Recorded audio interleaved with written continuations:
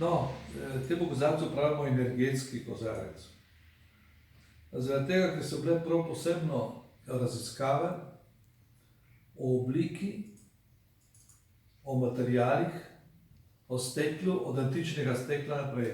Mi vemo, da beneško steklo je bilo svetovno znano.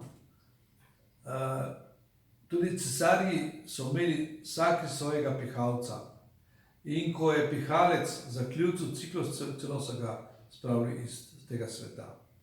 Zdaj, mene zanima, kakšne skrivnosti so. In na podlagi potem še razno drugih raziskav, oblik in pihanja, je prišel do tega kozarčka, ki pravzaprav, ko damo tekočino, zlasti vodo, se ona zaradi kobaltove barve, zaradi oblike spreminja in tudi dobi drugačno notranjo sliko po emotu in čiterju.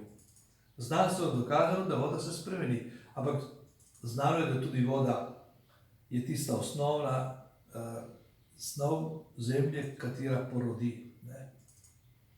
Sedaj je pa posvečen potem mojemu učitelju, kateri mi je pomagal, da sem prišel do teh spoznanj, s posebnim učenjem, posebno poglobitvijo oblike, duhovnosti, posvečeno mojemu učitelju, zadnjemu Saiba.